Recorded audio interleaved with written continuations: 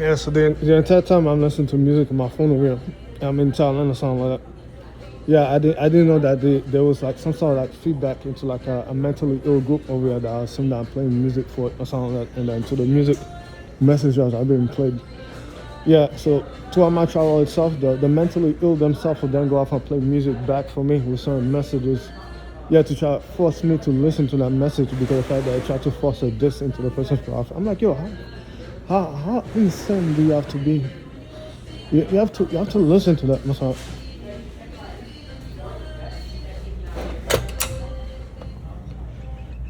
You have to listen to that, right? So this guy over there is running me in his car right there.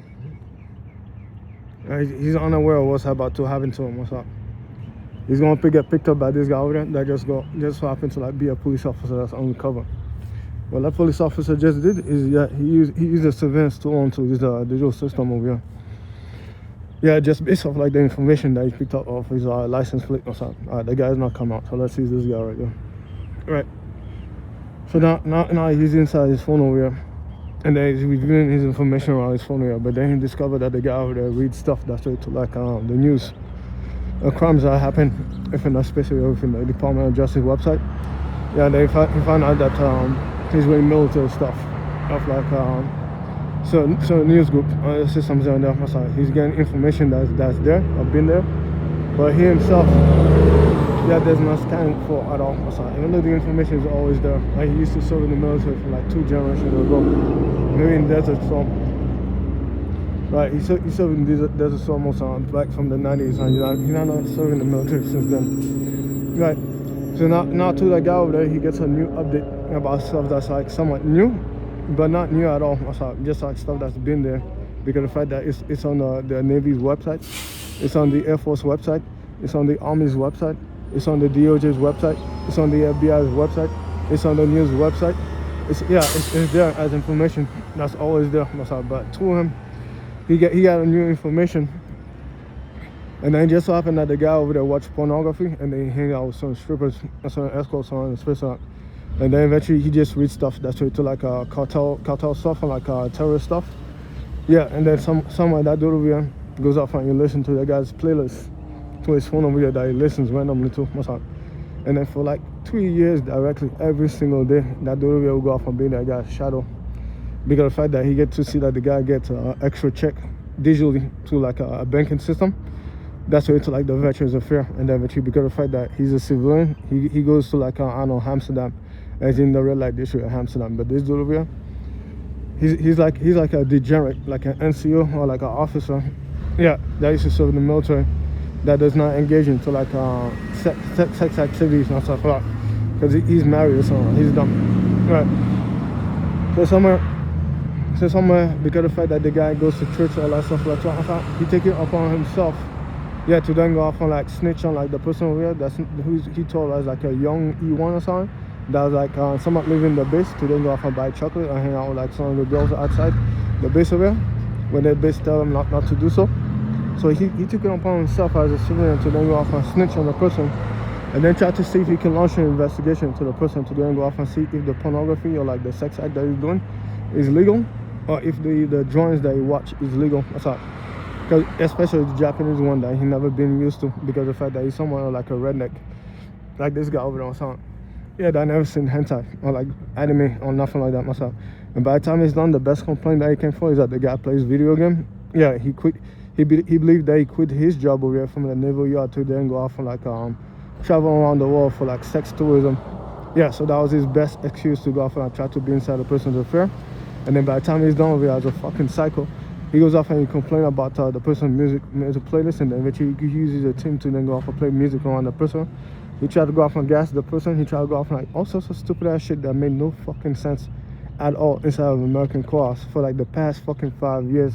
So by the time I returned back to the United States, the guy don't have no handcuffs on me, no case, nothing like that. All I had is just one random dude abuse the surveillance system.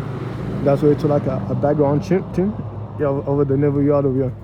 Yeah, that work with the FBI and like Homeland Security for like or NCIS for like investigation. That's why to their own employees. Yeah, to then go off and investigate a civilian. Listen to that, a civilian that's working as a technician inside of a laundromat factory, assembling machine parts. Then go off and like take care of like machinery system that prim and press and washes material on the space. Heavy industrialized space where the guy's like he's in uniform, like mannequin over here, and then he's working in that factory for like an entire month until he notices that he's being followed around, and because of the fact that he has PTSD, hypervigilance around the space, he worried for the safety of his own life.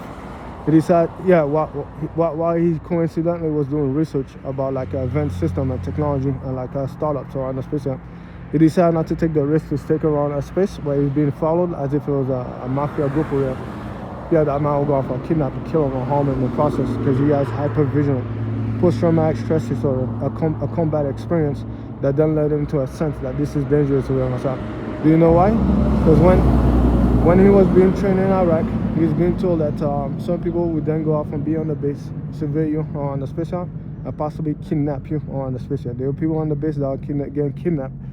People on the base getting kidnapped by the affairs. So that's his combat experience to know specifically when somebody's targeting him on the space and when to invade specifically. So somebody he decided not to get kidnapped in the city. So he leaves the city and he leaves the United States to let that thing cool down, possibly until like wherever it was, because you don't know if that's like cartel, you don't know if that's like a criminal organization, you don't know if that's a gang, you don't know if that's somebody over here that might be wanting to like kidnap him because he got money or stuff, and why he's reading about people getting kidnapped for money or shot for money or closed for money around the space. That's why he has that provision. So he leaves the fucking United States and then goes off and like start a company that's for $25 million then, not hundreds of millions. And then eventually, 4 years later, the very same instinct that he had about the very same feeling with the group itself turned out to be true. They became harmful to him and they almost took his life in the process. And then went on to endanger his family, and then went on to look his private technology and his private company to everybody around the space. And then to this date, still continue this fucking bullshit without ever providing a single case inside the United States specifically. So you know what that means, right? Whenever I catch you in that cause, I always get to win that case as the victim itself, and I get to put you behind bars for like centuries. Just because of the fact that I'm the witness, I had to survive being gassed inside of a hotel with other people's kids. I don't give a fuck what type of excuse you could have with that. I don't care if you're like, yo, this guy's daughter, he want a drug addiction because of the fact that his daughter decided to go off and like run away from home and go off and chase after the marching band or something. That's not my fucking business. I ain't got shit to do with that nigga right there. I couldn't kill us. I said, the only thing I fucking care about is the fact that I fucking survived being shot at, shelled at, all sorts of other shit from that time. And by the time I was fucking in prison, we were fighting every single day of my life.